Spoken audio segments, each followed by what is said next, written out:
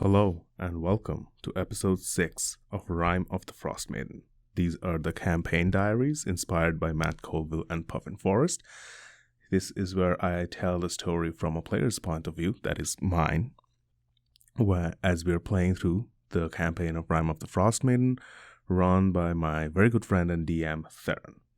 This is the episode 6, and I must warn you that we're going to spoil the heck out of it, so if you are a player or plan to play in the future, this is the time for you to move on. Now, if you remember, the last session we had left off in pretty dire situations. Our paladin Raven was unconscious, being pounded on by an enlarged Duergar. Our druid Agric was in a dire wolf form, going toe-to-toe, basically 1v1ing another enlarged Duergar, while our ranger friend Don Kiro was outside also 1v1ing a Duergar and was not doing well. He kept missing and the Duergar kept hitting. In the meantime, the two poor clerics were handling, I think, 3 more Duergars by themselves. And also there was Sefik Caltro, who was somewhere far away in a different corner of the room, just range attacking Raven. So the party is not looking good. One of us is down, 2 of us are 1v1ing huge Duergars, which is not going well for them, and the clerics are in the middle of the battle with not much range or space to maneuver, and a bunch of people needing healing. So with this, we started the session. There was something that happened in the very beginning, which I thought might actually turn the tide of the battle in our favor. It was not supremely dramatic, but I think it did give us that very necessary breathing room that we needed at the very start. I don't know if our DM Theron was taking it easy on us. It is possible because Raven's player, Melissa, is a fairly new player and I think is pretty unfun to just lose a character that you have spent some time building to basically not having made any mistakes. Like, as Matt Colville says, this game is so complex that you can lose a character without anybody making any mistakes. And I don't think either Melissa or whoever, all of us, our characters who were in danger, actually made any kind of tactical mistake in order to get into that situation. So I think it is well within Theron's purview to take it easy on us for that 2 turns, basically. What happened is Sefik attacks the enlarged Duergar who was standing over the unconscious Raven. I had not caught onto this, but my friend Ryan later said that he always wondered that whether even Sefik knew that the invisible Duergar was inside the Denev's Rest. Anyway, so initiative begins, top of the order, Sefik attacks a Duergar, and then later on the Duergar attacks him. So that gives us a very small window to bring Raven back. We did, because Vastana Savrus, Julie's cleric, casts Healing Ward on Raven, and obviously she's a Grave Domain cleric, so she gets to give her max hit points. So Raven is now back up. Vas casts Toll the Dead on one of the Duergars and rolls max damage. It is so satisfying to see that 12 roll on a d12. I don't know what it is about d12s, probably because they don't get used much in the game, but it is extra satisfying. It is almost like watching a natural 20 when you roll a 12 on the d12. Raven is back up. It's her turn. She stands up, swings her great axe, crits, and kills the Duergar that downed her. It was somehow wonderfully poetic. Inspired by this, Val, my character, chops off the head of another Duergar with his halberd. In the next round, Raven found herself one-on-one against Sefik, who was healing a lot, so we were not very sure how much damage we did to him, and he didn't look very rough or bloody. Those are just terms we used to mention, like close to death or half hit points or something like that. So in this confusion, and since Raven was already very low on hit points, she tried to run away from Sefik, and his attack of opportunity brings her down again. And by the way, in the middle of all of this, my beautiful, beautiful, beautiful Twilight Sanctuary is just providing tons and tons of temporary hit points to people. I have no idea how this passed Wizards of the Coast's playtesting, by the way. This character is OP. Anyway, so on his turn, Val brings her back with Healing Ward, and then it was her turn, so she got some extra temporary hit points, which boosted her and kept her up. At this point, we were pretty desperate, and finally, Vas uses her channel divinity, Path to the Grave, and gives vulnerability to Cephik on all damage. And guess who's going next? The Paladin. Obviously, there's a huge smite that is dumped on him, and Cephik Caltro is undead, so the extra damage die, all of that gets doubled. And basically, Raven kills him on that turn.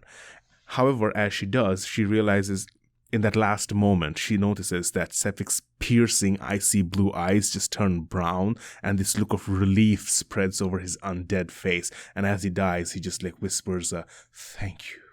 That was basically combat over. All that was left was cleaning up the Duergars one by one. However, at this point, the Duergar, realizing that they're all but lost, one of them just yelled to the other one, is like, "Oh, let's just grab as much Chardolin as we can and run." And we went, blink, blink. Chardolin? What's a Chardolin? Well, it was still a mystery because we still had to kill them first. I did have the idea to knock one of them unconscious, or rather cast Spare the Dying and stabilize them so that we could potentially take them somewhere outside, leave them to recover 1 hit point and see where they go and follow the path. While I was doing that, I picked up the Duergar and left the abandoned inn. I saw that there were many people who were approaching the inn, and they were pretty happy to see the Duergar were dead, and some of my friends were considered heroes. A bunch of people were there, some guards as well. The guards wanted to search the Duergar because we are not very good at searching things. And I think Theron wanted us to actually find out the important plot coupon that we needed to collect there. So there was some guard who searched the Duergar and found a lot of Chardolin in their pockets. Also, as I was carrying the unconscious Duergar, I just realized that none of my companions had followed me, but, knowing my character, he wouldn't really care, so he just kept walking towards the dark docks. He comes across a brown-haired, green-eyes person who, with an arrow notch to his bow, and he's very calm in front of danger. The brown-haired person introduces himself as Huarwar Malfoon, which, seriously, Wizards of the Coast, put in some effort, come up with some understandable syllables. Who in the hell, what the kind of language evolves naturally to say Huarwar Malfoon? It's like Floon Blagmars, terrible names. Anyway, criticism of Watsy aside, Huarwar Malfoon had a conversation with Val.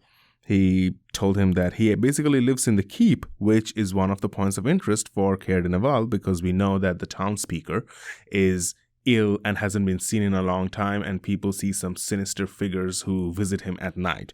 So we do want to go to the keep at some point. However, now is not that time. He also searches the unconscious Duergar on Val's shoulders and finds 5 pieces of Chardolin, which I am not very sure. My notes do not say what they look like, so whatever. Val manages to convince him to leave one of the Chardolin with him because he wants his smarter friends to take a look at it, and allows him to take the other 4 and head over to the keep.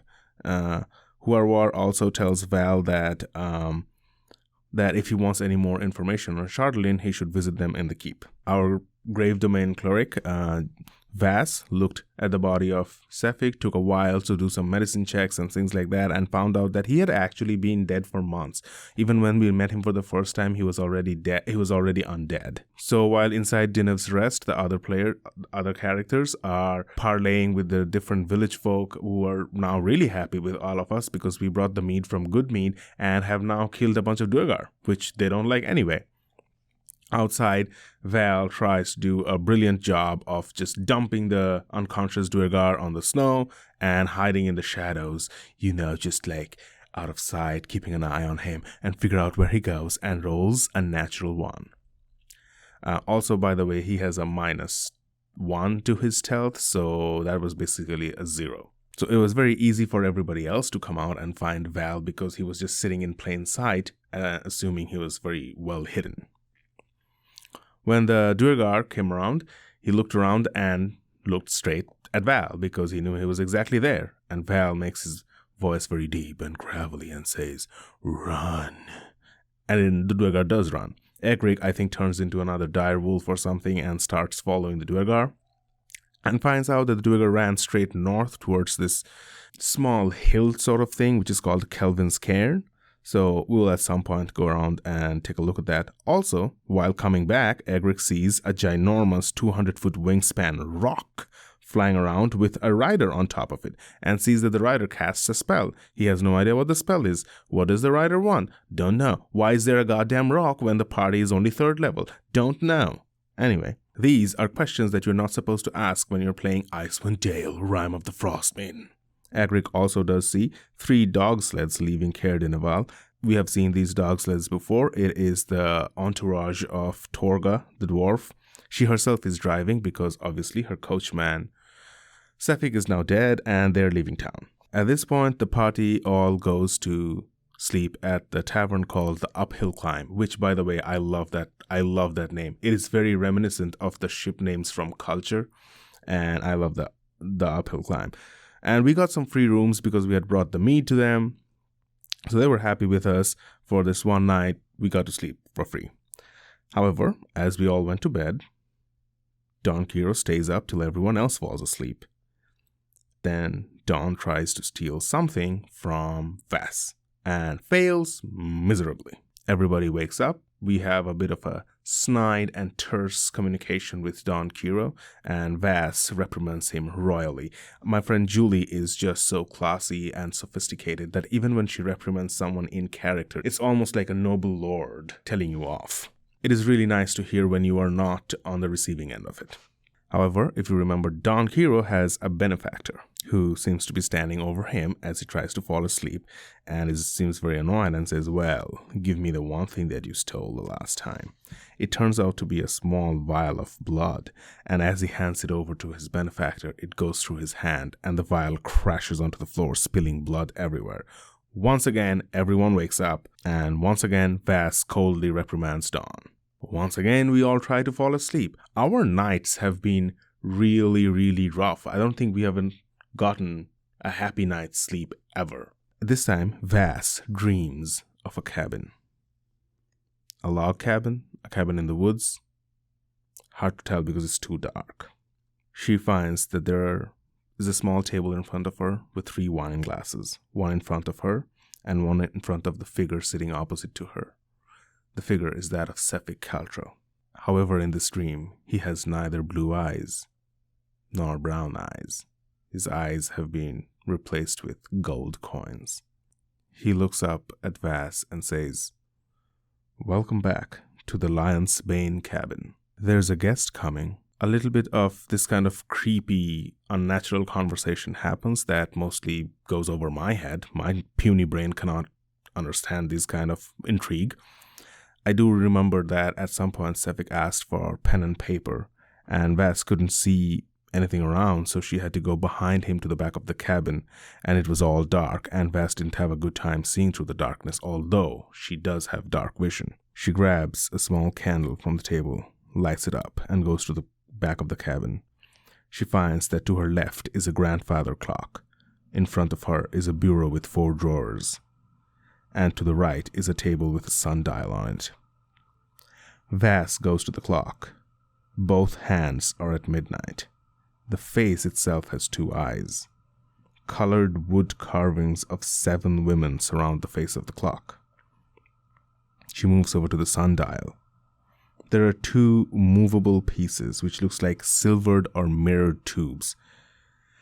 As she goes closer, both the tubes catch the light from the candle and make it appear as if there are 3 light sources onto the sundial. There are 8 dialing positions. The bottom one is a new moon, the top is a full moon, and the other 6 are various stages of a waxing and waning moon. After that, Vass moves over to the drawers. She looks through them. They're mostly full of papers with unknown names. There's a wood triangle plaque with a skull etched on it. That symbol, we know it is not a symbol of Kelimvar, who I think is Vass's deity. We do not know much about it. It has not come up in the campaign much. At this point, a woman walks into the cabin with blue eyes. Sefik asks Vass to ask questions of this woman.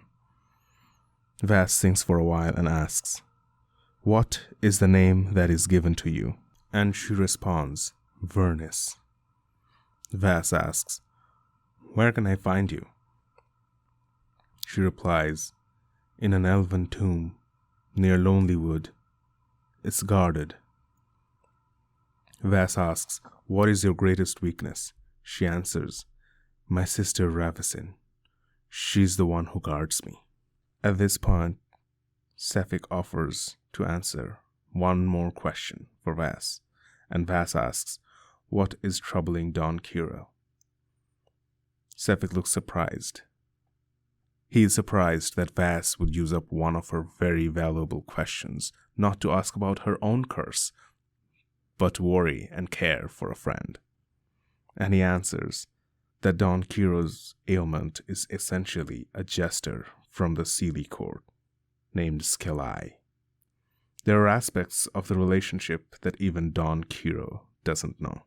At this point, the scene slowly dissolves and Sefik's voice comes floating from the darkness.